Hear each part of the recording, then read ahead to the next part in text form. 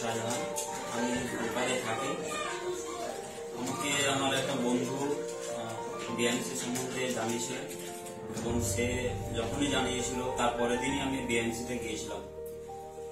বিএমসিতে ঢোকার আগে আমি কিন্তু ততটা ভালোভাবে জানিনি, মানে এভাবে এতটা ভালো করে পড়ায়, একটা ইউনিক কোয়ালিটিতে পড়ানো হয় এই সম্বন্ধে আমার ধারণাই ছিল না।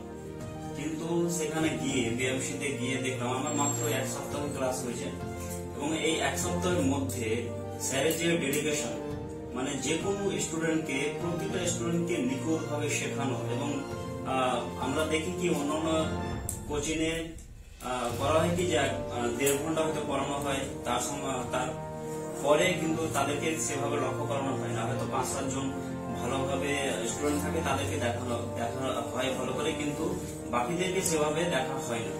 কিন্তু বিএমসি একমাত্র এমন একটা ইনস্টিটিউশন যে সেখানে প্রতিটা স্টুডেন্টকে এবং যতই কম জনে হোক না কেন তাকে ভালোভাবে তাকে দেখানো হয়, লক্ষ্য করা হয়। এবং সে যদি অন্যদের থেকেও যদি একটু কম পারে তাকে পার্সোনাল ভাবে আলাদা ভাবে বসে পড়ানো হয়।